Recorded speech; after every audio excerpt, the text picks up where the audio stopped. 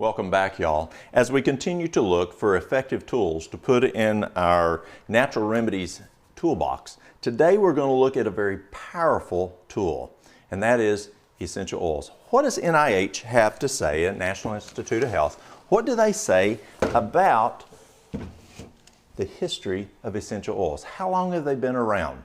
Fragrant plants have been used in healing practices for thousands of years across many cultures, including ancient China, India, and Egypt.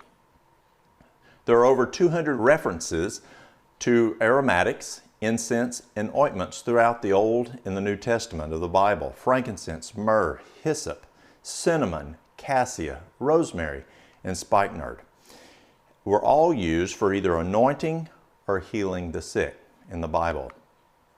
Back to NIH, the scented liquid taken from certain plants using stem, steam, and pressure. So what are essential oils?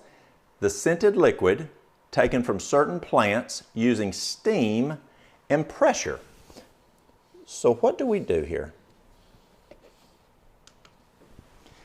Essential oils contain the natural chemicals that give the plant essence, specific odor, and flavor. Essential oils are used in perfumes, flavoring, medicine, and aromatherapy. And aromatherapy is where we use the essential oil and put it into the air. And as we breathe it in, it then goes into our lungs and gets into our blood. National Institute of Health again. Essential oils, also known as volatile oils, are the basic materials for aromatherapy.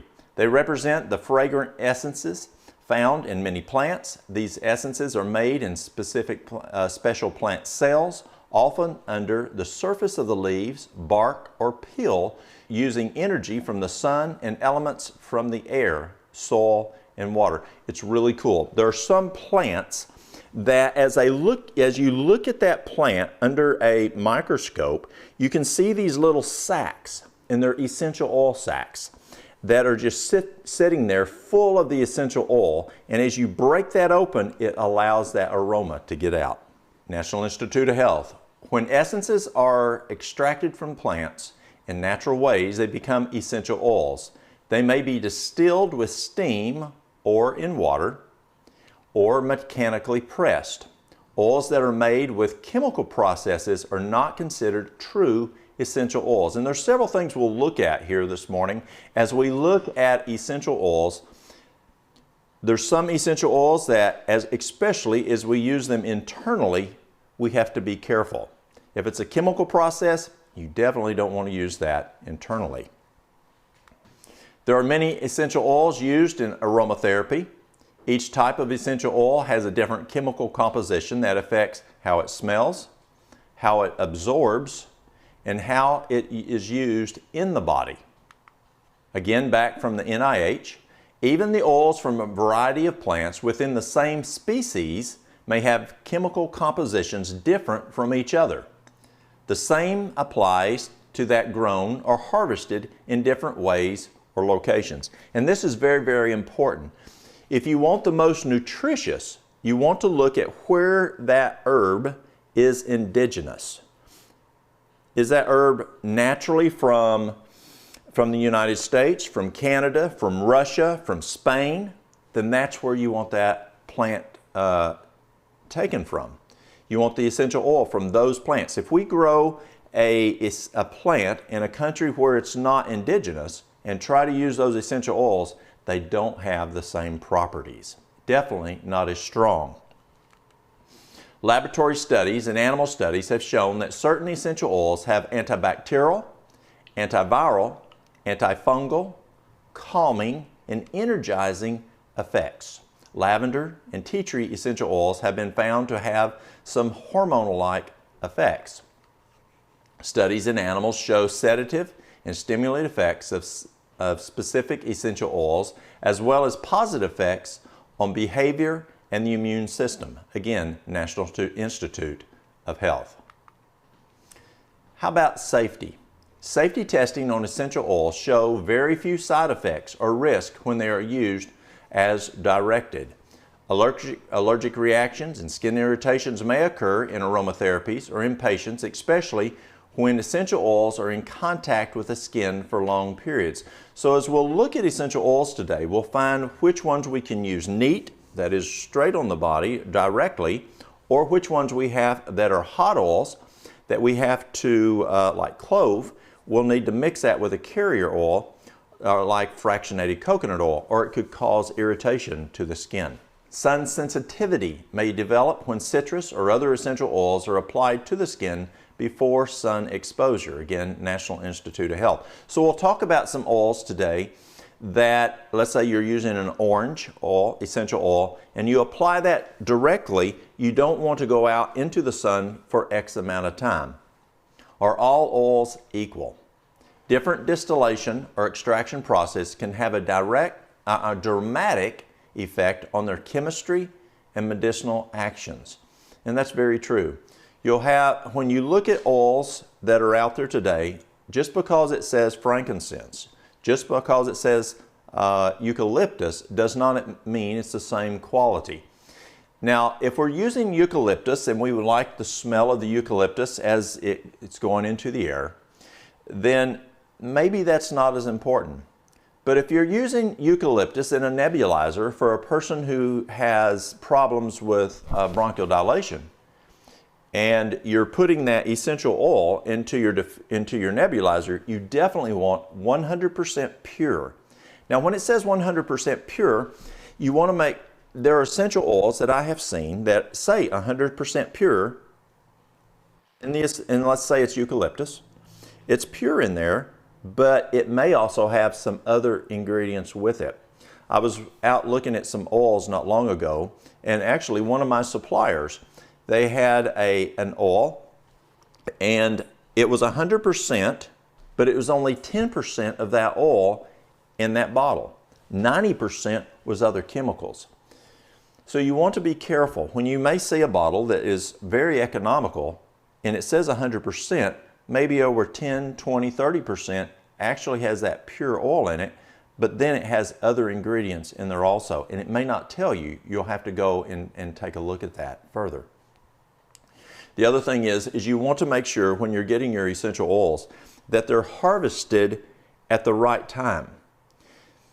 As a boy, growing up on a farm, my dad used to pray that as we were growing the hay, that when you grow hay and the nutrition is coming up, it's coming up, and then it peaks. And when it peaks is when you need to cut it to be able to bale it. Because if you wait, it starts losing the nutritional value. And you have to use more hay to get the same nutrition. When I was a boy, I lived on a dairy farm, and that was very important part of making sure we have that volume of milk that we were getting. We wanted to have the most powerful hay that we could grow. So as that hay and the nutrition in the hay peaked, that is when Dad would go out and he would harvest it, or he would cut it and bale it. But let's say it rained. Well, you can't bale hay when it rains. So he would pray that the Lord would keep that time frame that we're baling hay nice and dry so that we could cut the hay, we could then bale the hay and put that hay up. The same is true in whether the food we eat or essential oils. Let's say the food we eat. I enjoy tomatoes, my favorite sandwich. And if I want the best tomato sandwich, you're looking at August, September, and you go and pick that right off the vine. It's called vine ripe. And you pick that tomato and oh, it's juicy. Can you taste it? Oh, it's delicious. But let's look at a tomato that you go to the grocery store and you buy in February. It just doesn't taste the same. It wasn't vine ripe. Maybe it came out of Chile and they picked it green with a little maybe red stripe, but by the time it got to wherever you live, it was maybe red, but when it was picked, it was not red. It wasn't vine ripe. So as we look at essential oils, to get the highest nutrition, it needs to be harvested like vine ripe. And how do you do that? You have to chemically test it. And so when you look at testing, whether you're making essential oils, whether you're doing extracts, you want to make sure that you're harvesting that product, that plant material, that herb, when it's at the highest nutritional value.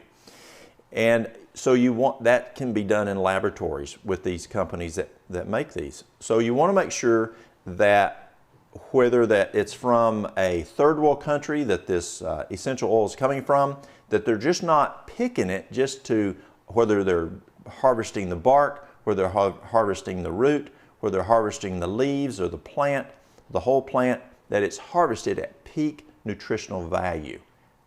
You have to do some research to make sure which oil companies do that. The other thing about essential oils that you want to be cautious on is there's a lot of companies out there that will go out and they'll buy essential oil in bulk.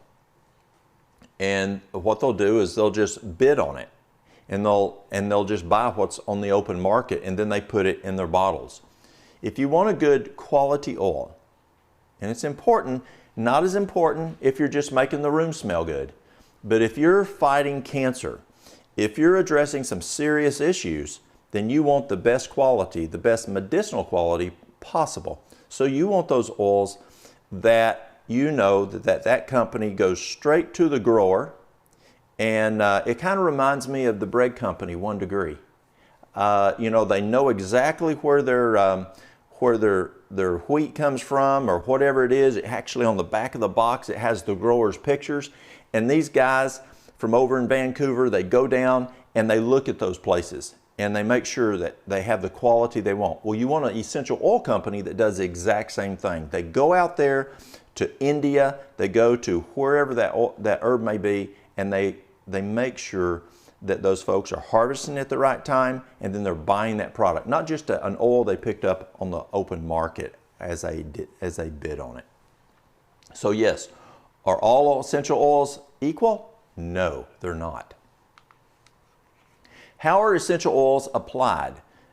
You can have indirect inhalation, which that's what's happening. It's kind of floating in the air. Diffusers here, you can have diffusers that may cover 400 square feet, 500 square feet, 800 square feet, depending on the specific diffuser. It's great to put in a room. My son Walter uses it for Kyler in his room, and he'll put lavender in there. And it will help calm him down, getting ready to go to bed at night. And you can put just different essential oils for different things. And it's not just to smell good, but you actually can get some medicinal benefit, but it's indirect. And then you can have direct inhalation, where you're actually going and smelling it, or you're taking it and you take that essential oil. You can smell it out of the bottle, or you can take it and you can put it here on your arm, right over where your pulse is, because it's going to go into the blood right here, but then you can breathe it. It's amazing how quick it's going to get into your blood by direct inhalation, just breathing that. The next way is applying essential oils to the skin, as I just did. Now you can apply it to the skin in different areas. If I want it straight into my blood, I'll put it in right where you take your pulse. I'll also rub it here where my carotid arteries are. It's going to go in here. It's going to go right up to the brain transdermally. You've heard of a nicotine patch, where they put a nicotine patch on the patient and they're getting their nicotine transdermally. Or we used to do, when I started working in healthcare many years ago, we would take a piece of paper, and it was about this big, and it had marks on it. It had a line. It had 3 inches marked on there. And so they take the nitro cream and squeeze it out, and the order would be for 1 inch, 1.5 inches, 2 inches, 3 inches, whatever it was, and that's how much they gave. And then they would take it and they would and then stick that onto the arm, tape it on there, and they got the nitroglycerin transdermally right through the skin into the blood. Now we use nitro tablets or different ways of doing nitro.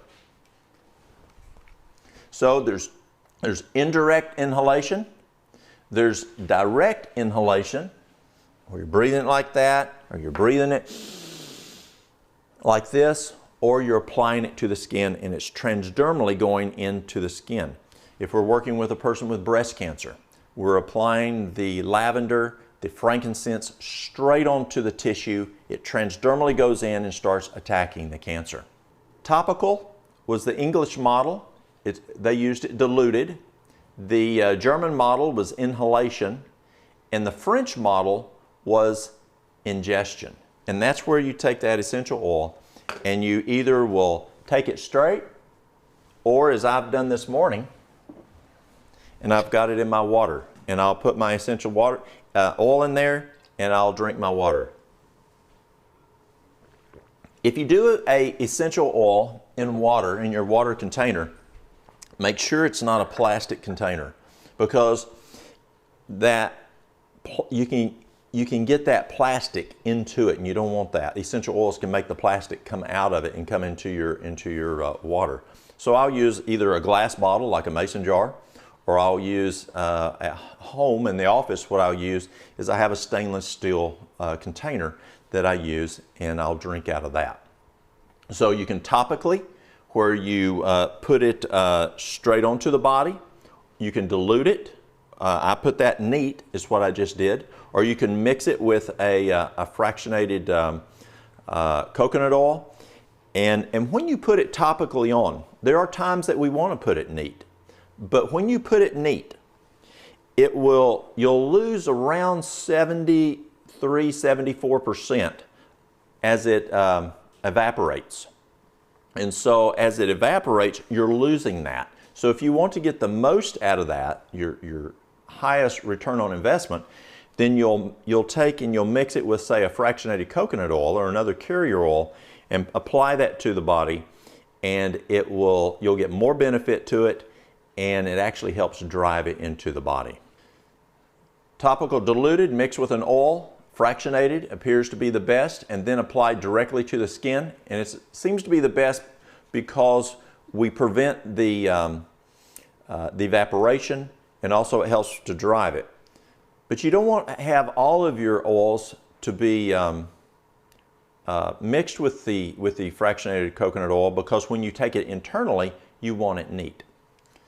And neat means by itself. Undiluted, which is neat, directly applied to the skin with no oil. It's a stronger concentration, and it's a therapeutic grade. So sometimes we do want to put the essential oil and we put it just neat. And then in a fomentation, and in this series we're talking about fomentations where you take herbs and you can make decoctions and soak those fomentations, those towels, into that tea, but you also do it with essential oils. And where that fomentation, that hot fomentation has essential oils sprinkled on it, and then apply it. And so you're getting both the benefit, just like you do with the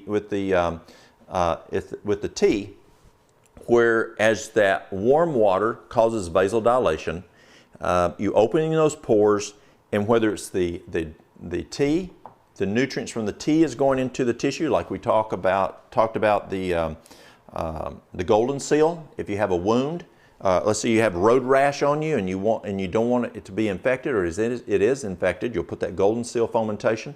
Well, you can also use an extract and sprinkle it on there and apply that on there as a fomentation. And that hot towel will cause vasodilation, and then allowing that essential oil to go into the tissues even better. You have to be careful though which ones you use, because some are really hot oils and you don't want to put those on that open skin. Inhalation, diffusing into the air by a diffuser or pot of water through an aromatic effect, and that's what we're doing right here. Or you can take your pot over here, and let's say you don't have a diffuser. Many times I have gone and taken a pot of you can take a pot, and I like a small pot, as small a pot as possible, and I'll put some water in it, and then I will put, let's say, eucalyptus, especially for a child or an adult that has congestion. I'll put that essential oil in there. The more water you have, the more essential oil you're going to have to use. Then what you can do is go over to the stove or get a hot plate, and then as it's bubbling there, you're going to have that going up in the air just like it is here, and you can take a towel and breathe that. You could do the same here. You could take a towel and breathe this. So, but many folks don't have the ability to have a diffuser, and I know we have people all over the world that listen to Amazing Discoveries, and you may not have the availability of a diffuser, but you can use a pot and put some water, put your essential oil, and you can breathe that in, and that is tremendous of getting it straight into the lungs, and the lungs then, it's going to go down in the villi, it's going to exchange out, go into the blood, and get throughout the whole body in literally minutes.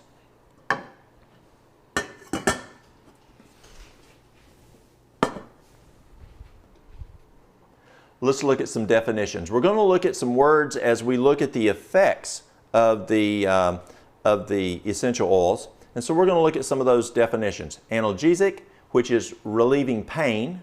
So if you have pain and you use an essential oil for that pain, it would be an analgesic. Anaphrodisiac reduces sexual desire. Anti-allergenic reduces allergic response. Anti-arthritic effect in treatment of arthritis. Antibacterial kills or inhibits growth of bacteria. Anti-carcinogenic. What did I just say? Anti-carcinogenic inhibits development of cancer. Isn't that cool? Inhibits the development of cancer. Anti-carcinoma destroys or inhibits cancer cells. It's interesting, as I do my research, you can go to National Institute of Health, NIH, look up essential oils like lavender. Now it's got to be lavender angustifolia, but go to NIH, National Institute of Health, type in lavender angustifolia, and you will find that lavender angustifolia, the chemicals inside that, work just like chemotherapy. It's tremendous for killing breast cancer. Anticatarrhal, remove excess mucus. Anticoagulant, prevents clotting of blood. Anticonvulsant, reduces convulsions. Antidepressant, effective in treatment against depression. As I work with so many people out there, stress, anxiety, depression is huge. And when you can just take an essential oil, and whether you're breathing it in or whether you're topically putting it on onto the body, rubbing it in, breathing it in, it will help with depression. Antiemetic, effective against nausea and vomiting. Antifungal, inhibits growth of fungi. Antihemorrhagic, promotes hemostasis, stops bleeding, or hemorrhagic. Antihistamine, blocks histamine receptors, reduces allergic response. Isn't that great for like allergies? Anti-infectious, reduces, prevents infection. Anti-inflammatory, reduces inflammation. Antimicrobial, kills or inhibits microorganisms. Antimutagenic, reduces rate of genetic variances and mutation. Antioxidant, mitigates damage by free radicals and oxidation. Antiparasitic, destroys or inhibits growth or the reproduction of parasites. Antirheumatic, mitigates pain and stiffness, arthritis, that type of rheumatic. Antiseptic, destroys microorganisms to prevent or treat infections on living tissue and skin. There's some really cool stuff and research going on just as we speak of where they're putting essential oils down on, well, what they're doing is they'll take a sample of what pathogens may be on the counter. And there's essential oils that we have right here that they will clean that counter with these. Just spray those essential oils on the counter, and then they'll come back at the end of the day and they'll test it. No pathogens. They'll come back the next day. No pathogens. The third day. No pathogens. They'll test it the fourth day. No pathogens. The fifth day. No pathogens. The sixth day. Up to 7 days, that counter in a healthcare setting, which you're going to have pathogens, does not, because the pathogens are still in the air, but as they come down and land on there, these essential oils, or some of these essential oils, they have taken and they'll put it on here, and when that pathogen lands, they destroy it and it won't stay. Isn't that neat? So, antiseptic. Antispasmodic, relieves spasm of involuntary muscles. Antitoxic, neutralizes or counteracts toxins. Antitumoral, preventing or inhibiting the formation or growth of tumors. Again, very, very exciting. To prevent, inhibit the formation or growth of tumors. Antiviral, destroys viruses or suppresses replication. That's a huge issue today as we look at the issue of giving antibiotics instead of giving antibiotics for an issue of a virus, the common cold, the flu. On the way out here, I had a chance I was sitting with a physician who's a trauma physician at a major hospital in the United States, a Trauma One Center. He's a physician in the Trauma One Center. And he was on the way to a conference up in Toronto for trauma physicians. And I asked him, do you see there being an issue with giving antibiotics for viruses? He said, absolutely. The CDC has found, Centers for Disease Control and Prevention, has found that over 10 million courses, that's not individual doses, but 10 million courses of antibiotics are given each year in the United States by physicians to patients for a viral issue instead of a bacterial issue, and CDC says it will not work. Well, why is that? It's because the patients are demanding a pill when they're sick.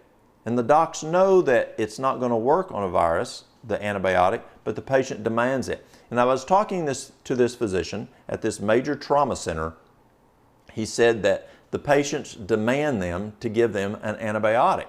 Well, I'd say just don't give it to them. Because what happens is, one, it's not going to work. The other is it makes them resistant to the antibiotics. And that's why we have superbugs today. Aphrodisiac, heightens sexual desire.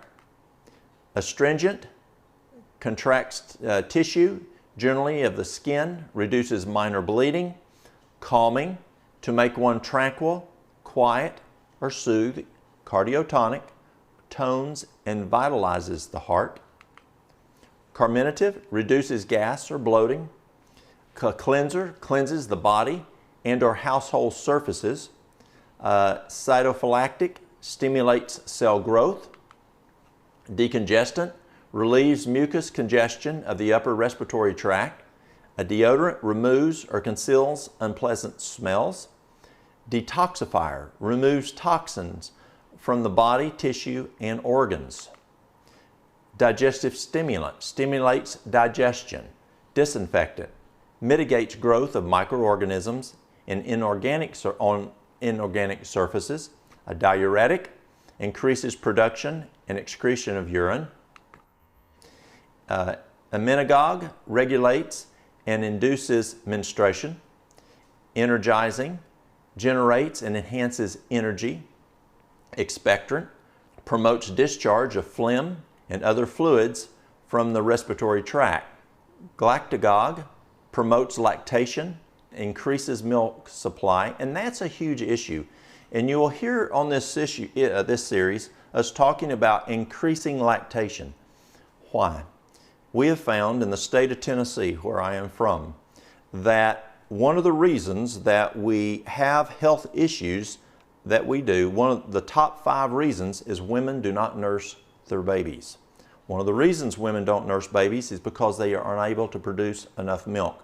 This is a serious issue. It affects the child's immune system. It affects the child's bone structure. It affects the child's digestive system. It affects cardiovascular, we've now found in recent research. Also, the bonding between the child and mother is very, very important in this process. So you'll see several different ways that we'll look at herbs, whether it's in teas, whether it's in extracts, whether it's in essential oils, that we can increase that volume of milk in that lactation. Very, very important. Hypertensive raises blood pressure. Hypotensive lowers blood pressure. Immunostimulant stimulates the immune response. Insect repellent deters insects and bugs. Insecticidal kills insects and bugs. I've used for years peppermint oil. Peppermint oil is great for using if you've got problems with ants or if you have mice. You can take a cotton ball and put peppermint oil on it, toss it wherever you have problems with mice or rats or squirrels. In my neck of the woods, people have squirrels get up in their attics and just tear things up. So what you do is you take your essential oil, put it on cotton balls and toss it all over the attic or in the barn or wherever you're having problems. And the squirrels don't go there. The mice don't like it. The rats don't like it. The spiders don't like it. At the fire hall, we have a problem that spiders like to come. And so my son Walter, he'll take and make up a mixture of peppermint. He'll take a quart-sized container with a sprayer and puts water in it and puts the peppermint oil in there. It doesn't take a whole lot. Shakes it up and sprays it all up in the corners. And that keeps the spiders from coming and having their spider webs. It's a great insecticidal. When I work in my garden, I'll use cedar wood, I'll use clove, I'll use peppermint, I'll use eucalyptus, and the gnats won't bother me. The mosquitoes won't bother me. Works very, very well. Invigorating, revitalizing, and rejuvenates. Do you ever like to have more energy? Well, essential oils can do that. Laxatives, stimulates bowel excretion. Mucolytic, loosens, thins, and breaks down mucus. Nervine, benefits effect on nerves. Neuroprotective, protects nerves. Neurotonic, strengthening or stimulating impaired nervous action. Purifier, eliminates impurities. Refreshing, renews, promotes feeling of freshness. Regenerative, promotes regeneration of body tissue. Relaxant, promotes relaxation, reduces tension. That's a tremendous one, and we'll use like lavender. And you can put that on, or frankincense. You can put frankincense on your toe. We do that for my grandson, Kyler. The base of our feet absorb tremendously. Just take a piece of garlic, crush it, put it in a sock, and put it on the base of your foot. Within 20 minutes, you're probably going to taste that garlic in your mouth. Well, as we put in essential oil, there's some people who don't want to take, let's say, oregano oil. I'll put oregano oil in my mouth, but some people don't want to do that. They'll put it on their feet, and it does the same thing. So you can take a relaxant, you can put it on the bottom of your feet, and it absorbs in, and you'll go right to sleep. Restorative, encourages repair, recovery, restoration. Revitalizer, promotes new life, vitality, and energizes. Rubefacient, increases circulation, increases skin redness, dilates the capillaries. A sedative, encourages repair, recovery, restoration. Steroidal, stimulates cortisone-like action. Steroidal stimulates cortisone-like action. Did you hear that? Quite interesting. Stimulate, increases activity. Stomachic, assists digestion, promotes appetite. Tonic, promotes a feeling of vigor and well-being. Uplifting, elevating, promotes sense of happiness and hope. Vasoconstrictor, narrows the blood vessels, decreases blood flow, increases blood pressure. So if you have a person who has hypotension, you can take an essential oil, which is a vasoconstrictor, and you can put that on them, have them breathe it in, and that will bring that blood pressure back up. On the other side, vasodilator relaxes, dilates blood vessels, increasing blood flow, and can decrease blood pressure. So if you have a person who's hypertensive, has a high blood pressure, and you're wanting to help them, you can pull out, and it's really neat. I have a little keychain thing, and you can put your little essential oils, a small little bottle, and you can pull that out, and let's say you're at work, at church, working with folks, and their blood pressure's out the roof. There's a number of things you can do. Have them drink plenty of water, warm water, have them sit down, put their feet in hot water, their hands in hot water. There's a number of things you can do to get that blood pressure down. Take some cayenne by mouth, but you can also take an essential oil that's a vasodilator and have them put here and rub it in, and then rub it back here along the carotid, so it's going to get up into the brain also to relax. Works very, very well. Vermicide, poisonous to worms. Vermifuge destroys or expels parasitic worms.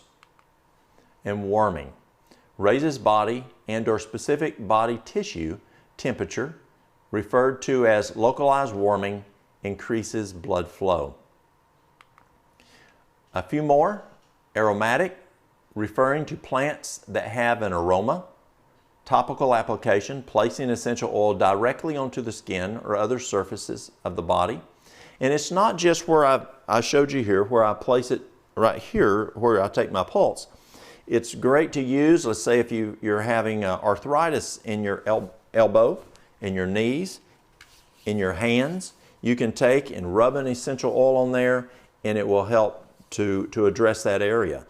You can put essential oils on your back or just all over your body. I'll talk about an essential oil that I put on people's head to get rid of lice.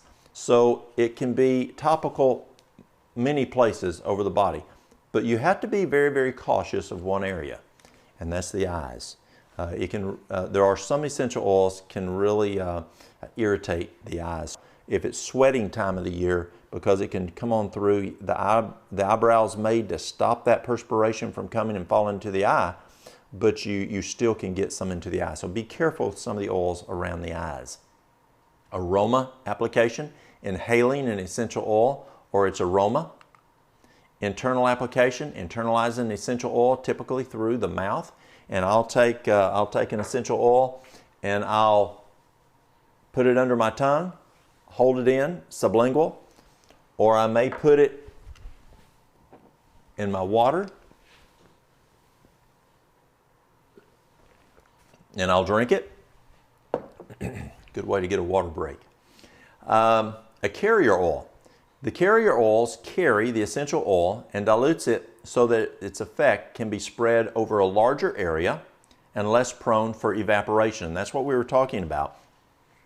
A lot of times we won't go neat being by itself, or if we put a carrier oil, then what we're doing is we're mixing it with, say, a fractionated coconut oil, and then we'll put it over the area. We can cover a larger area. That oil will go longer, and you won't have to use as much, plus you don't have as much evaporation, and it drives it better. So there's many reasons that we use carrier oils.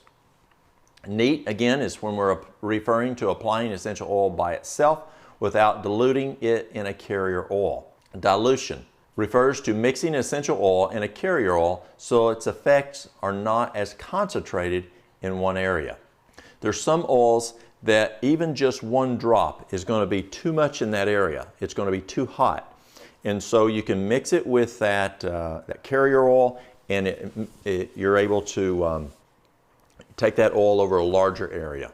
Volatile, a substance that will evaporate when exposed to air, is referred to as volatile. Volatile substances are typically light substances with small molecules. And you'll find, like your orange oils, your citrus oils will literally evaporate over time in your bottles.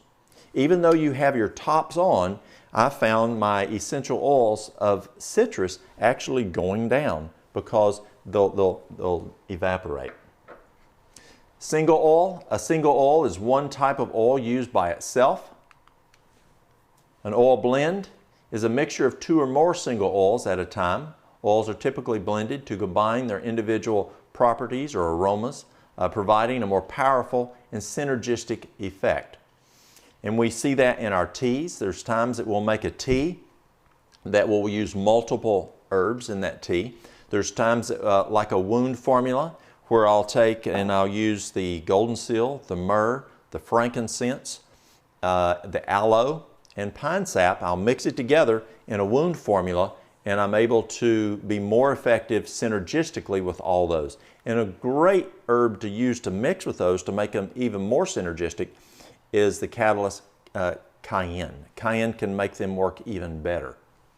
When we look back in time, and as we look in Bible history, do we think of an oil?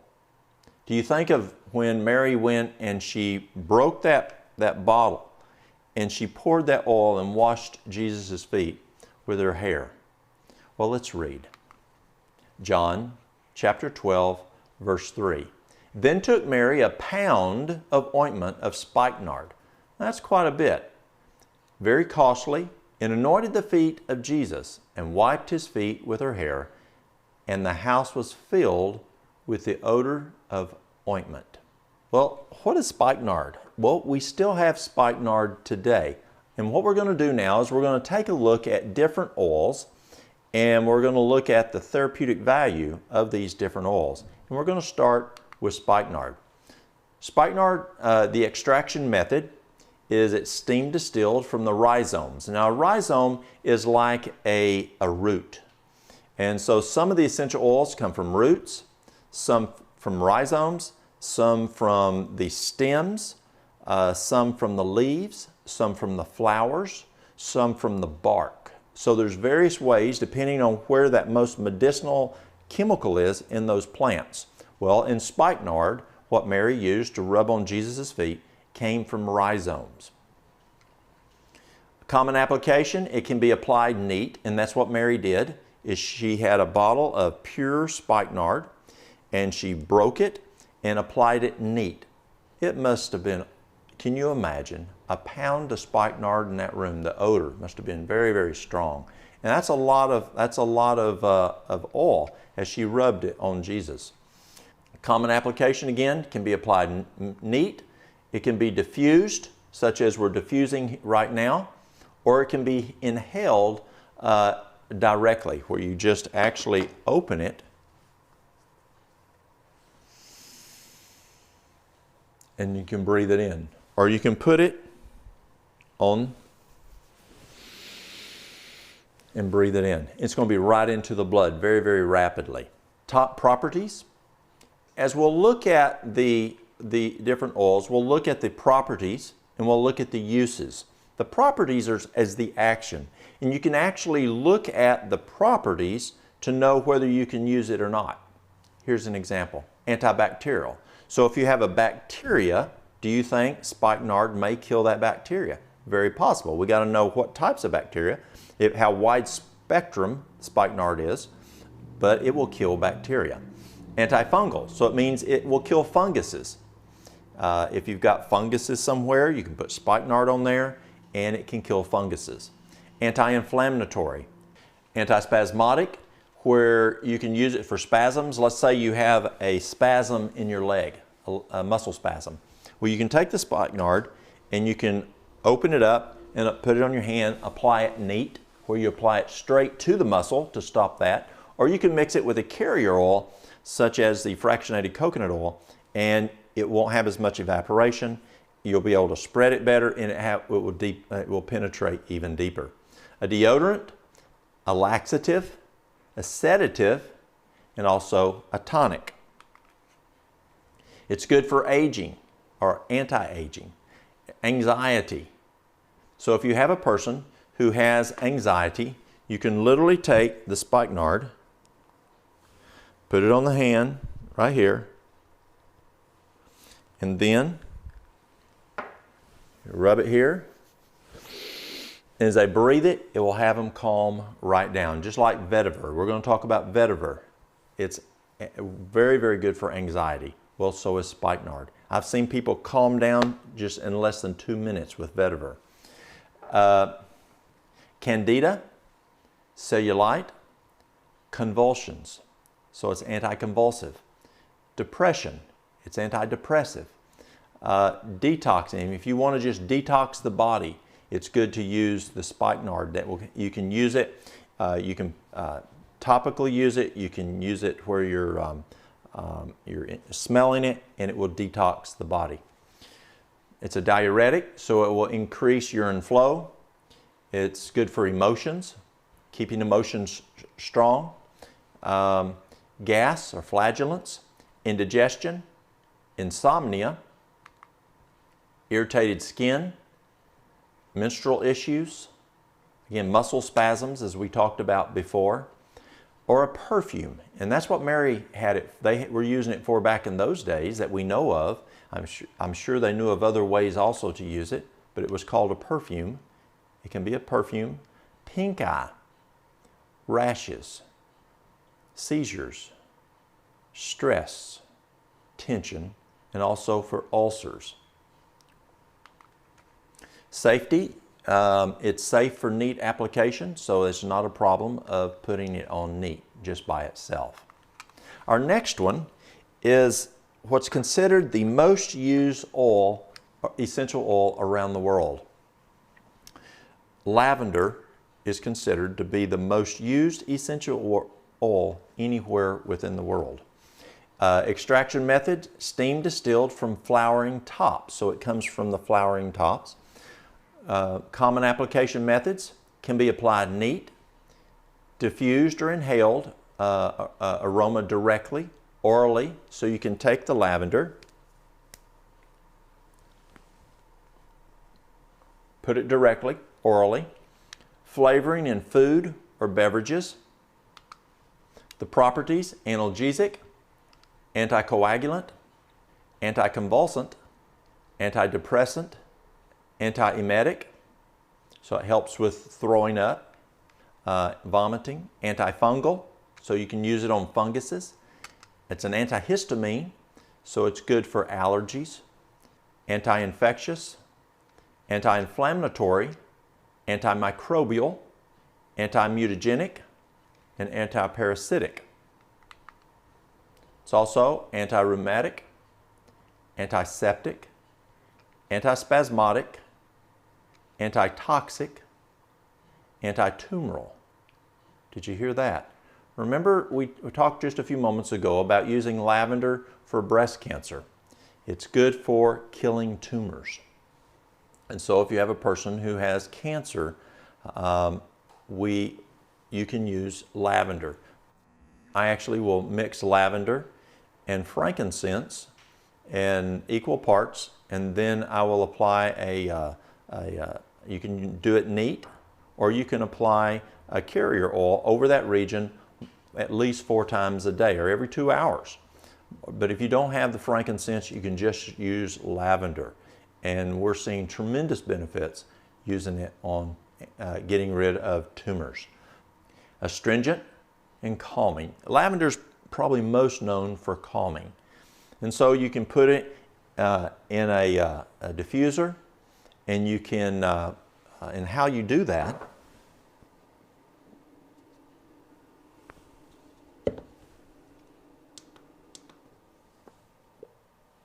is all you do is you put your water in the diffuser. Depending on how much water there is, put your lavender or whatever essential oil you want to use.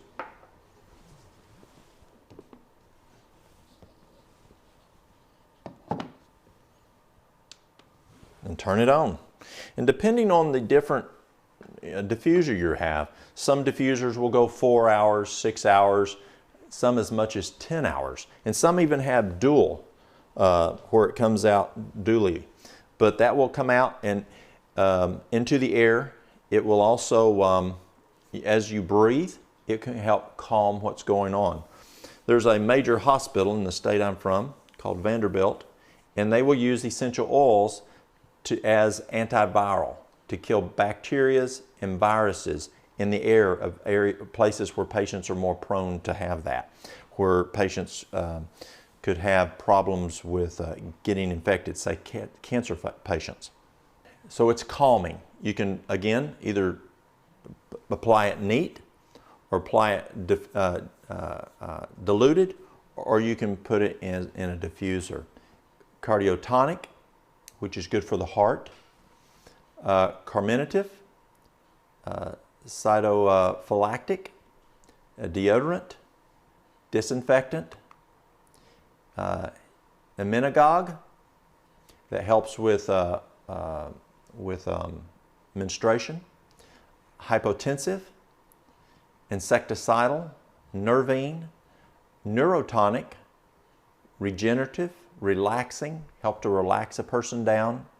Sometimes as we work with people and we see that person is just really keyed up and they need to calm down. It may be a problem with an employer, it may be a problem with a family member, it may be a child that's having problems. And as you're working with that person, they're just so upset and they're so uptight. Well, the first thing, what they really need is they need trust in God. But sometimes we have to do things to help them to get there. They're so wound up. So what you can do is you can take that lavender. And what I'll do is I'll put it on myself first. And I'll breathe it.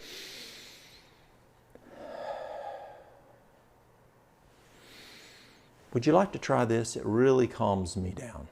And let them try it. Or you can put it on them. Let them breathe it in. Let it go transdermally into the blood. And that can help calm them down. And now as they calm down, you can be more effective opening Scripture. You can be more effective pointing them to trust God. And it's phenomenal. Lavender is very, very good as a relaxing or to calm a person down. Rubefacient,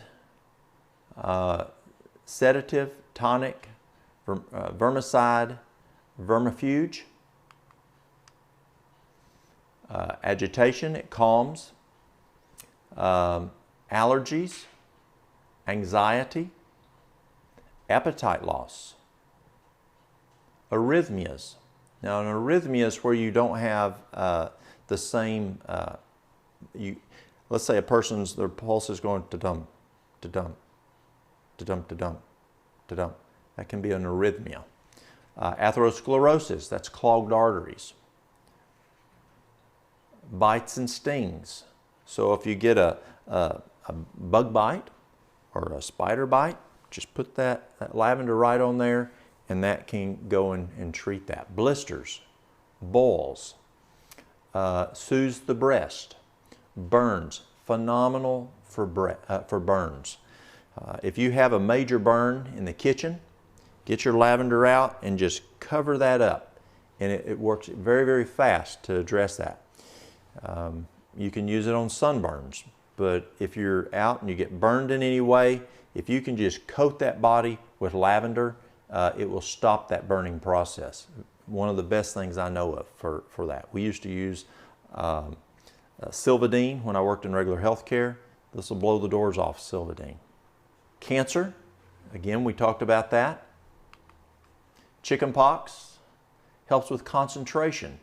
So as you breathe that in, or as you come over and as you breathe that in, it can help with concentration. Convulsions, dandruff, depression, diabetic sores or diabetic wounds, diaper rash. If you have a child that's having some diaper rash, put some lavender on there. A diuretic, exhaustion. Anybody have exhaustion?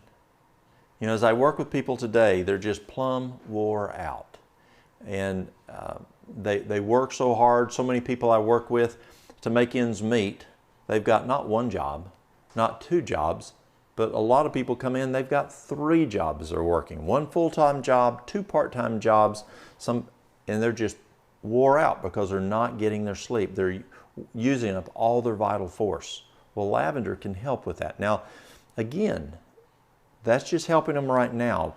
The best thing is to figure out, can they get their primary job to make more money so they don't have to work as much.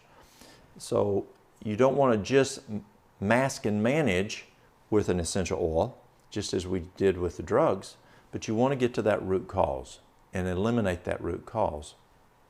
Remember, if I have a piece of sandpaper and I rub it on my arm and it's bleeding, and you come in, you say, oh, Walt, let me put something on there. Can I put some aloe vera on there? Oh, yes, please.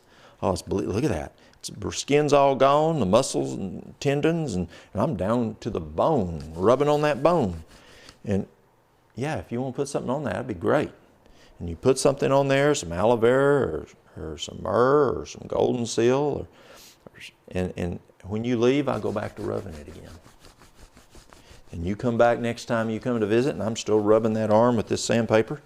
Oh, can I put something on there? Oh, please, it really hurts. I'm getting deeper into the bone. Sure, and you put your aloe or whatever on there, and you leave, and I'm back to rubbing it. You got to stop the cause. I got to stop using the sandpaper. And so as we work with people, yes, we can use lavender and different essential oils or different herbs to address the problem, but you got to get to that root cause. Fevers, gangrene, gas or flagellants.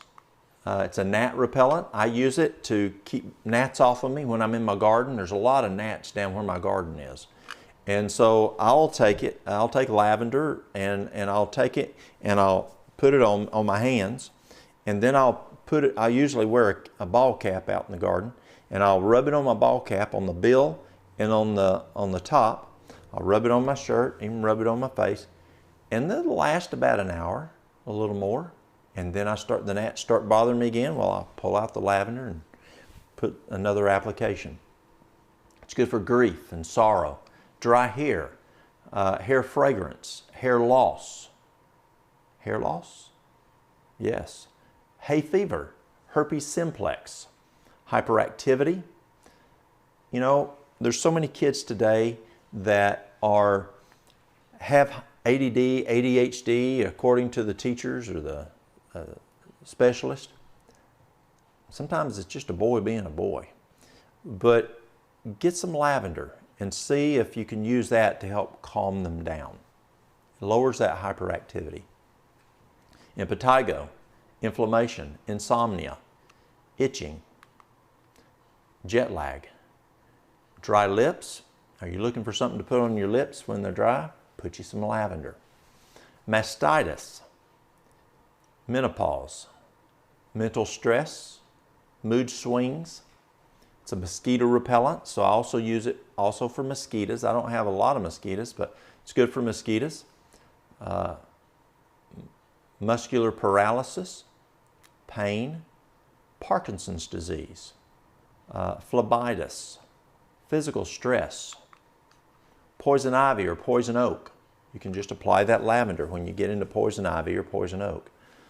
Post-labor, postpartum depression. And again, as we look at root cause, postpartum depression, research today is showing if we could get that estrogen in line after that baby's born, that's probably the cutting edge of as we look at postpartum depression, according to research. And so how do we get that estrogen back in line? Yes, we can use wild yam cream. We can use nettle tea. We can use flaxseed. 3 tablespoons, grind it, eat within 15 minutes twice a day. Drink a quart of the nettle tea a day. Those things are things that we can do to get that estrogen back in level. But another very important one, I've known nutrition was big, but we've had 2 gals get pregnant this year. And they'd worked with their physician and they couldn't get pregnant. And what we did was we just juiced them vegetable juice. 16 ounces of vegetable juice 3 times a day, and those hormones went back to like they were supposed to, and they got pregnant. Well, as we look at the issue of postpartum depression, if there's an issue there, you can also give them vegetable juice, and that can help to stabilize their hormones also, along with the wild yam, the flaxseed, and the nettle tea. But lavender's good, but we want to get back to as much as possible. Rashes, relaxation, rheumatoid arthritis. It's a sedative. It's good for seizures. It relaxes down. Dry skin. Skin sensitivity, skin ulcers. It's good for sleep, helping a person fall asleep. It's good for stress, stretch marks, sunburn. Again, it's good for burns. Well, sunburn's a burn. So yes, we use aloe vera on burns. Well, you can use lavender oil on burns, and that will help that sunburn diminish much more quickly. Tachycardia, and tachycardia is when you have a resting heartbeat of 100 or greater. So you can, that's a resting, not when you're out walking and working out, but a resting heartbeat. Well, you can just use the lavender, and that can help to calm down and lower that pulse. Why? Usually pulse is increased when a person's stressed. When a person's stressed, you increase cortisol. You increase adrenaline. And most folks are being chased by the bear all day long. They're in fight or flight all day long. And that just has them at a pulse that's high because they're fighting that bear all day long or running from that bear all day long. So lavender helps to calm them down. Well, does that get to root cause? No. We got to figure out what that stressor is and try to find out where we can help them there. But if you're dealing with tachycardia, yes, the lavender does help. Teeth grinding, teething pain for a child, tension, thrush, ticks. Now, if you have a tick, don't put the lavender on top of the tick and just leave. You want to remove that tick and then put the lavender on that area. Save that tick if you're concerned that it may be Rocky Mountain spotted fever or Lyme disease. Ulcers, leg ulcers, and also varicose ulcers. Vertigo. A lot of folks have vertigo that I work with. They come in and they're having some problems. Lavender is one of the essential oils we use for vertigo. Withdrawals, worms. If a person has worms in their body, wounds, and also wrinkles. Safety on lavender, it's safe for neat application, and when in doubt, use lavender. Lavender is really, really good. Let's take a look at another one, and that's eucalyptus. Eucalyptus is the first essential oil that I ever was exposed to. My grandmother used something called Vicks. Vicks, I think, comes from North Carolina. And she put Vicks on any problem. If you had problems with a sore throat, she'd just take a finger of it and stick it down your throat and you swallowed it. Well, I don't recommend that. That has petroleum jelly in it. But that eucalyptus really did help the throat, the sore throat. If your nose was stuffy, she'd stick it in your nose or put it on your lip. If you had congestion in the chest, she'd put that Vicks on the chest. Well, what was in the Vicks that made it work? It was the eucalyptus. It's extracted. The method is steam distillation from the leaves. Common application methods can be applied neat or diluted 1-to-1 for children and those with sensitive skin. It can be diffused or inhaled the aroma directly. So you can use an infuser like this into the room, and I like using the eucalyptus oil a lot, and it's invigorating, and it helps you breathe better, and or you can just smell it straight. It's an analgesic, antibacterial, antiviral, catalyst, disinfectant, expectorant, hypotensive, and insecticidal. It's good for asthma, bronchitis. A number of years ago, I was working with a good friend of mine, Dr. Joel Arcilla, a top surgeon in his field in Philadelphia. He's also a trauma physician. And Joel taught me that if a patient was on, say, albuterol, if they were having problems with asthma, bronchitis, COPD issues, they would use a nebulizer, and they would put the albuterol in the bowl of the nebulizer. Well, albuterol has some side effects. And so what Joel would do is he would take that bowl and he would put in distilled water. And then he would just take 2 drops of eucalyptus oil and put it in there and have them just breathe it through the nebulizer. It's amazing how well it works. I have quite a few people that come and buy the eucalyptus oil, and they no longer use the albuterol because it's a bronchial dilator, just like Mullen is a bronchial dilator. But we can get it into the lungs so much faster by using the eucalyptus essential oil. Eucalyptus oil is one that you want to make sure it's 100% pure, 100% eucalyptus oil, because you're breathing it into your lungs. You don't want it to be partially eucalyptus oil and something else in there as a filler liquid, because you're going to be ingesting that, breathing that, or breathing it into your lungs, and then it gets straight into your blood there. So you want to make sure it's 100% eucalyptus, 100% eucalyptus. It's good for cancer, cellulite, colds, congestions, coughs, disinfectant, dust mites. It's good for earaches, fevers, flus, kidney stones, malaria, mental sluggishness, muscle fatigue, pain. You can take that in the area that you're having pain, put that eucalyptus on there, either neat, or you can mix it if you have a problem. If you want it to go further, or you don't want it to evaporate, you can use it 1-to-1 with a carrier oil. Respiratory, shingles. It's also with sinusitis. Safety on eucalyptus, dilution recommended if you put it straight on the skin. Possible skin sensitivity. Peppermint. Peppermint is another very, very popular essential oil.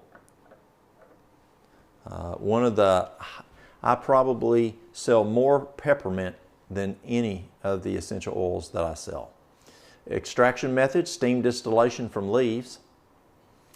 Common application methods can be applied neat or diluted 1-to-1 with a carrier oil, diffused or inhaled aroma directly, orally, where you just take it straight orally with, I'll put it in my water. Actually, I'll start off my day and I'll take my water and I'll put about 2 drops in my water, and that's my first water. Now, I would use lemon oil first in the morning, but I use MSM. And the MSM I use for, I've got an area right here that I use MSM for, I have inflammation, and it works very well. I'll take it, if you use MSM, you use 1 teaspoon twice a day the first week, and then go to 2 teaspoons twice a day. Some people use as much as 2 tablespoons twice a day. Least you want to use the least effective. But I use the MSM for that inflammation, and there's a couple keys to using MSM. One is it works best if you're using it with vitamin C in your diet, but also if you use a citrus with it at the same time, it nullifies the MSM. So you don't use it with an orange juice or lemon water or whatever. Well, the essential oil of lemon is a citrus, so I don't drink that first in the morning because I don't want it to counteract my MSM. So I'll put the peppermint in the first thing of water, container of water, and then I'll put the lemon in the next one, and then the rest of the day I'll use peppermint oil, and that is just great. It gives me energy. It can be put in flavoring in food or in beverages. Top properties: it's an analgesic, anti-inflammatory, antispasmodic, it's cooling, expectorant, invigorating, stimulating, and that's where it helps me throughout the day. It's a vasoconstrictor, and it's also warming. The common uses is alertness, and that's what it does. It helps me to stay alert.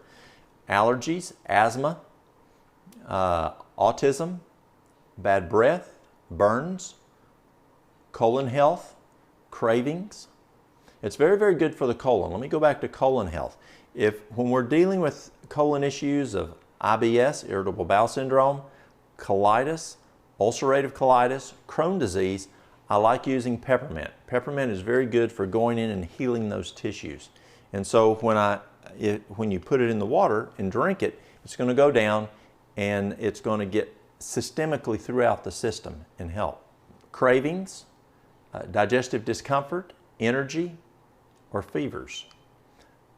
Gamma radiation exposure, gastritis. It's going to help if a person has, a lot of people have gastritis today. and that peppermint's going to help with that gastritis. Well, again, you don't want to just treat the signs and symptoms of gastritis. You want to figure out the cause of gastritis. Well, is it because they're not chewing their food right? Is it because they're drinking with meals? There's a number of reasons that can cause that gastritis, so they're eating the wrong foods. Headaches, hives, hot flashes, loss of sense of smell. If you have a person that's had problems with losing their smell, try some peppermint essential oil, see if that will help them. It's good for memory, migraines. My son uses it for headaches. He'll take it and just take and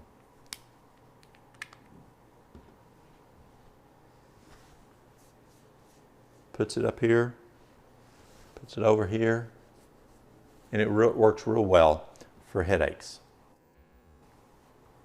Lavender also. I like a combination where you mix two oils, 1 part lavender, 1 part peppermint.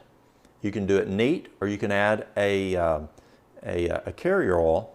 So a 1 part lavender, 1 part peppermint, and 1 to 2 parts of the carrier oil. Put it in a roller ball and rub it up here, and it works real well for headaches or migraines.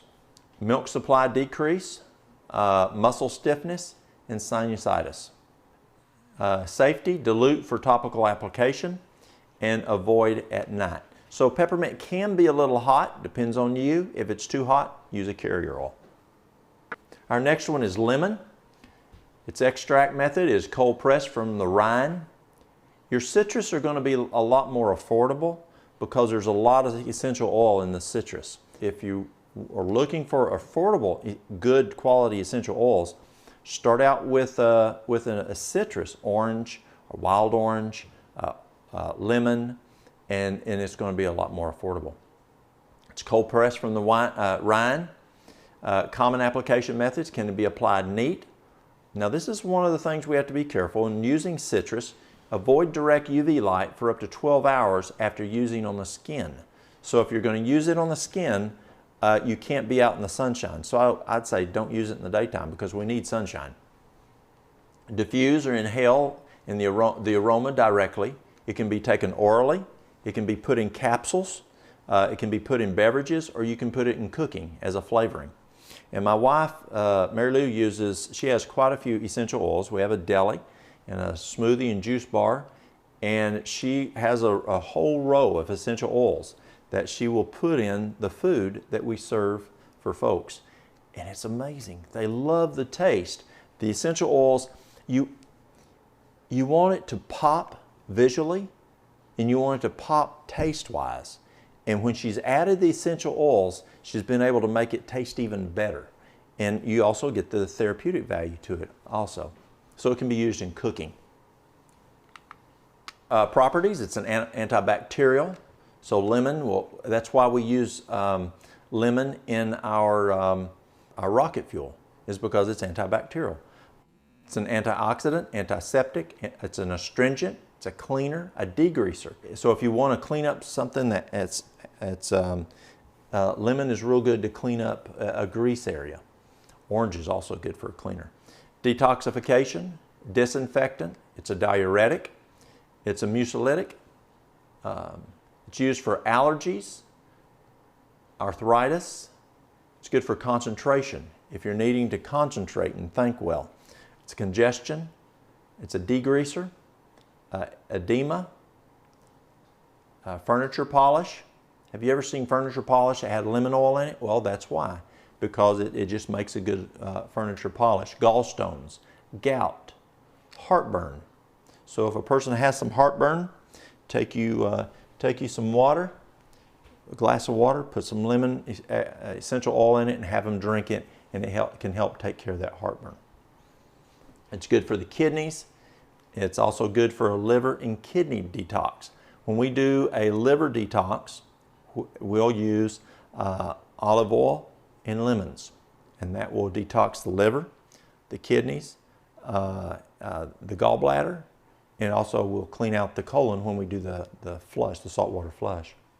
It's a lymphatic cleanser. It's good for mucus. It increases the pH. That's another reason we use the lemon each morning. is because we want to increase the pH. And there was a writer years ago, Ellen White, and she said we should drink lemon water every morning. Every morning we should drink lemon water. So if you don't have a fresh lemon, get your lemon oil. It's going to be very therapeutic. And just put that lemon in your water and drink that, because it's a lot more affordable than going out and buying lemons. Yes, lemons are very good for us, but if you can't afford it, this is another way of doing it. For reflux, rheumatism, sinus drainage, varicose veins, and also water retention. So it helps work like a diuretic. Safety, avoid direct sunlight up to 12 hours after topical application. Our next one is orange, another citrus. It's cold expressed from the rind. Common applications can be applied neat. Avoid direct sunlight for up to the 12 hours. Again, it's a citrus. You can diffuse it or inhale it, the aroma directly. You can use it orally. You can put it in capsules. You can use it in beverages, or you can put it in cooking. And orange is another one that's very economical. That's not going to cost a lot, that you can get into using the essential oils, get you some lemon, get you some orange, and start using it. Again, if you're using it internally, make sure it's 100% and it doesn't have anything else added to it, and that it comes from a really good source. Wild orange is anti-carcinoma, antidepressant, antiseptic, energizing, immunostimulant, and a sedative. It's good for anxiety, colds, concentration. So both the lemon and the orange are good to help you with concentration. You can put it in your cooking. It's good for depression. It's a good detoxer. You can use it for people who have problems with fear. It just helps to calm them down. Heartburn, insomnia, irritability, lack of energy. Are you ever lack of energy? You stick a little lemon, stick a little orange, and it'll boost up your energy. Peppermint, it boosts up your inner energy. Menopause, scurvy, sluggish bowels, and stress. I work with folks that will come in, and one of the questions I ask people is, how often do you have a bowel movement? Well, it's regular. I don't ask them if it's regular. How often do you have one? Don't even ask them how many times a day. How often do you have one? Maybe every 2 or 3 days, maybe every 5 days. Every 2 weeks I have a bowel movement. I have ladies that come in every 3 weeks unless they take something. So a great way for sluggish bowels, they can have some wild orange. Put it in their water and drink that, and that can help with the bowels. Now, what's the cause of bowels not working right? Many times it's 4 major things. Not drinking enough water, not eating enough fiber. Now, when I was in school, they taught us in nutrition we needed 25 grams of fiber a day. Now they're telling us, nutritionists are telling us we need 50 to 60 grams of fiber a day. So number one, adequate water. How much is adequate? According to the University of California at Davis, it takes a half a gallon of water to run a kindergartner. Well, we're a lot bigger than a kindergartner. So that's a kindergartner who's sitting on the couch. But that kindergartners are out playing like they should be, even more than a half a gallon. So from a kindergartner to up to 128 pounds is a half a gallon of water just to sit on the couch. Over 128 pounds, it's our body weight divided by 2. So let's say you weigh 200 pounds. So that's easy. That's 100 ounces of water to sit on the couch. It's a little more than 3 quarts. If you're out exercising, you need a good 4 quarts. If you're 300 pounds, you need nearly 150 ounces of water.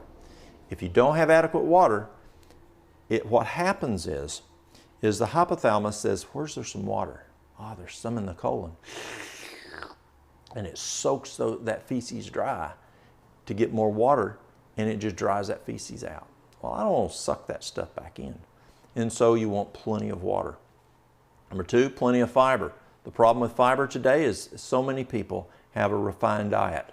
Now, there's some of our listeners that are listening in countries that you don't have the problem of the affluent diet. Well, you're blessed. You're eating your rice, you're eating your beans, you're eating your vegetables, you're eating your fruit. You're getting good fiber. And you probably don't have that problem in your country. But places who are, say, in England, Singapore, might be in Australia, New York City, Vancouver, wherever you are listening today, if you're not eating enough fiber, quality fiber, it can cause problems with the colon of that sluggishness. Number 3, exercise. Exercise is critical. A good walk, jumping on a rebounder, mini trampoline, a great way to increase that peristalsis. And number 4, Dr. John Harvey Kellogg. Kellogg was a gastroenterologist, considered the best physician in the world at his time. And Kellogg had over a 2,000 bed hospital, huge, 2,000 beds. And Kellogg found that if we eat breakfast, dinner, and supper, now I say dinner, that's the noon meal, I grew up on a farm. Breakfast, dinner, and supper, if you do eat supper, needs to be at the same time every day. If it gets off, then it messes with peristalsis. And the other thing that Kellogg did that's very, very effective is using massage. And he'd take a cannonball and he'd wrap it with a piece of leather and sew it like a softball and roll it, pick it up, and roll it. Well, we don't have too many cannonballs around today, so you can just do some massage where you're pushing down, pushing over, pushing up, pushing down if there's a problem. But you can use the wild orange and that will help to stimulate. Again, the 4 major things: adequate water, adequate fiber, adequate exercise, and eat at the same time every day. And then you won't have to use your orange for sluggish bowels, hopefully. Also, it's good for stress. Safety on orange: avoid direct sunlight for up to 12 hours after topical application. Our next one is tea tree. Tea tree is probably one of the, up there with lavender, being used as an essential oil. You see it says Melaleuca. It's part of the scientific name. And some people will call tea tree Melaleuca. Extraction is distilled from leaves. A common application can be applied neat, diffused, or inhaled the aroma directly, or it can be taken in capsules. It's analgesic, antibacterial, antifungal, antiparasitic, antiseptic, antiviral, and a decongestant. Now, are you hearing this here? It's antibacterial. It will kill bacteria. Antiviral, it'll kill viruses. That's exciting. So what do we use it for? It's good for acne, athlete's foot, bacteria, bronchitis, candida, canker sores. If you got a canker sore, just put a little tea tree oil on there. Cavities, cold sores, colds, cuts, dandruff, helps with diarrhea, ear infections, flus, gum disease. You can put some tea tree and it will help with the gum disease. I like myrrh, golden seal, tea tree, all great for gum diseases. Hives, itchy eyes, lice. I sell a lot of tea tree. That was at the first of the school year. Tea tree is right up there with peppermint. I sell a lot of tea tree when school season starts. And what we do is you take the and you'll just, well, you open it up and you'll take that kid's head and you just put it in there. Or you can take and open it up and just put it in a spoon or put some gloves on. And fill that glove full of tea tree oil and then massage it into that kid's head. And just make sure that scalp is just thoroughly covered with tea tree oil. Neat. By itself, just neat. And I'll use a teaspoon, 2 teaspoons, whatever we need, to make sure that scalp is just really soaked with that tea tree oil. And we'll leave it there for maybe 15 minutes, even 30 minutes, as long as there's no irritation to the child. The second key is you've got to get a comb, a special comb, to comb out those nits that the lice make. But guess what? It kills them lice. And then what mom can do is she can take and put the, I don't put the the tea tree oil in into the bottle of shampoo, because it can soak it up into the bottle and it can pull the toxins from the bottle into the shampoo. So we just save money for these folks. We live in Appalachia, and folks don't have a whole lot of money. And so we take the bottle and we put the shampoo, whatever we normally do, and then put several drops, maybe 5, 6 drops of the tea tree oil, and then wash that child's head every day, and it keeps the lice from coming back. After the child, we've soaked it really well, then we'll go back and we'll wash that tea tree out with their shampoo. But if you want to get rid of lice, this is my #1 tool. MRSA, methicillin-resistant Staph aureus. It's a staph infection that we're seeing more and more of. It's killing people. You can have hospital-acquired, community-acquired, but tea tree is one of the things that's used for MRSA. Pink eye, rashes, scabies, another little feller. Shock, sore throat, staph infections, tonsillitis, different viruses, and also for wounds. The safety on tea tree is you can use it neat for application. Our next one is vetiver, and vetiver is exciting. I really get excited about vetiver. Extraction method is steam distillation from the root. Common application methods can be applied neat, or it can be diffused or inhaled the aroma directly. The properties: it's an antiseptic, antispasmodic, immunostimulant, rubefacient, sedative, stimulant, tonic, and vermifuge. It's good for ADD and ADHD. It's good for anorexia and anxiety. I had a lady come in one day, and I was working with a group of other ladies, and this lady comes in, and she goes over to me and she says, well, she didn't even say anything, but I could tell she wasn't doing good. And I said, just a moment, to these other ladies, and I walked over to her and I said, ma'am, are you okay? As we say in my area, she just wasn't right. And I said, ma'am, are you okay? And you could tell she was about to explode like Mount St. Helen. And I said, what's wrong? She says, my anxiety is so bad, and probably one of the worst anxiety cases I've seen in 30 years working in healthcare. I said, what's wrong? She says, my anxiety is so bad. Do you have anything for me? I said, I'll be right back. So I walked over to the other room, and I picked up my vetiver, and I picked up my lavender. And I came back in, and this lady was so fragile. I said, ma'am, let me show you. So I took and I put the vetiver on first. I just put just 1 drop.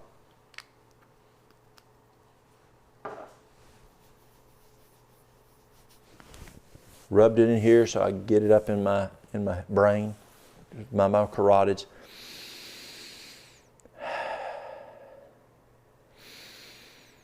Two good breaths. Then I took my lavender, put lavender on there, rubbed it in. I did the same thing. I said, can I do this for you? She says, yes, anything. I need help. And so I took it and I put it on her and both of them. And I said, let's just give it a moment. And I went back over and I helped to help the other ladies that I was with. And my son, Walter, he was over working with another lady, and less than 2 minutes, he finished with that lady, and I gave him the signal, Walter, I need help with this lady here. And so he went right to her, less than 2 minutes. And he started talking to her, can I help you? And she sounded like a total different lady. So I turned, and she says, it's gone. The anxiety's gone. I can't believe it. That fast, her anxiety just went right down. It's called the PTSD oil. I was speaking in Pikeville, Tennessee at a church, and this man came up to me, and he said, I was in Vietnam. He says, I have PTSD. And his right eye was kind of twitching, And he said, I'm having kind of a PTSD attack. And I was doing a class on hydrotherapy, open to the community. And he said, what can you do for me? And I said, let's try something. So I did the same thing, the vetiver and the lavender. I said, try that. Go back and sit down a minute and let's see how fast. Literally less than 5 minutes, maybe 4 minutes. The man came back up to me and he said, and I could tell the twitching was gone out of his eye. And he says, I can't believe it. I feel so much better. He says, where can I get that stuff? And I said, well, just give me a call tomorrow. This was on a Sunday. I said, call me tomorrow. I'll get you some. And it works very, very well. So it works good for anxiety, concentration, depression, focus, insomnia, irritability, learning difficulties, poor retention, postpartum depression, PTSD. It's good to put on scars, stretch marks. It's good for tuberculosis and also vitiligo. Safety on the vetiver, you can apply it neat. Our next one is frankincense. Out of all the herbs, and someone asked me this morning, Walt, what is your favorite herb? I have to say it's frankincense. Frankincense is, it's just, if it don't work, use frankincense. It covers so many problems. Frankincense is a little expensive, but if you get a normal size bottle of frankincense, a little bit bigger than this one, a bottle about this big, that bottle's going to have 250 drops in it. 250 drops. You only need 1 drop. So that means you can do 250 doses. Take your cost, divide it by 250. It's pretty economical. What's the extraction method? Steam distillation from gum and resin. Common application methods can be applied neat, diffused, or inhaled aroma directly, or orally. And I will take frankincense if you want to get it into the brain very rapidly. You just take 1 drop on your thumb, hold it up there for 2 minutes. It's going to go transdermally up through the roof of your mouth. It's going to go past the blood-brain barrier. It's going to get into the brain, and we'll use that for brain cancer. But frankincense is another one that's just very, very powerful for cancer in a number of things. It's anti-carcinogenic, anti-carcinoma, anti-catarrhal, antidepressant, anti-infectious, anti-inflammatory, antimicrobial, antioxidant, antiparasitic. Do you see? It's so much. It's very, very powerful. Antiseptic, antitumoral, restorative. Have you ever heard of frankincense before? Remember when Jesus was born and the wise men came and they brought gifts? Frankincense. Frankincense was one of the gifts. Myrrh, also very, very powerful, and gold. It's used for allergies, Alzheimer's disease, autoimmune disorders, back pain, brain injury, breast cancer prevention. And so what women are doing is they're taking the lavender, because we use lavender and frankincense to treat breast cancer. They're actually putting lavender on their breast as a prevention for breast cancer. And it's keeping those breasts healthy where that cancer doesn't even come. Another key to breast cancer is iodine. Iodine is huge for preventing breast cancer. 12.5 milligrams a day is very, very important for breast cancer. The average Japanese lady who they're not as prone to get breast cancer, they're taking around 13 milligrams of iodine a day. Average American woman today is taking 0.125 milligrams of iodine a day. See, we don't eat iodized salt anymore. We're using the Himalayan salt, we're using the sea salt, and it doesn't have the iodine in it. Women have to have iodine to help prevent breast cancer. It's also very important during those first, especially 2 trimesters. But if the mother will use the iodine, 12.5 milligrams, first trimester, second trimester, third trimester, and then go to 50 milligrams while she's nursing, And then when the child can chew things, give the child 3.125 milligrams to chew until the child, if the mother nurses on till 2, or if she stops, continue with the baby using the 3.125 milligrams. Significantly improves that child's IQ. On average, they're finding that it can increase that child's IQ 10 to 15 points above the mother's IQ. Some really good research there. Cancer, cellular health, congestion, cough, dementia. Frankincense is also good for focus, headaches, immune system, jaundice, liver detoxification, scars, sciatica, seizures, stretch marks, trauma, tumors, and warts. Frankincense is, again, my go-to. If I'm not sure which one to use, I grab the frankincense because it covers so many areas. Also, wound healing, and ladies, wrinkles. You've seen wrinkles on there several times. So grab that essential oil for your wrinkles if you're wanting that. And then safety, frankincense is safe for neat application.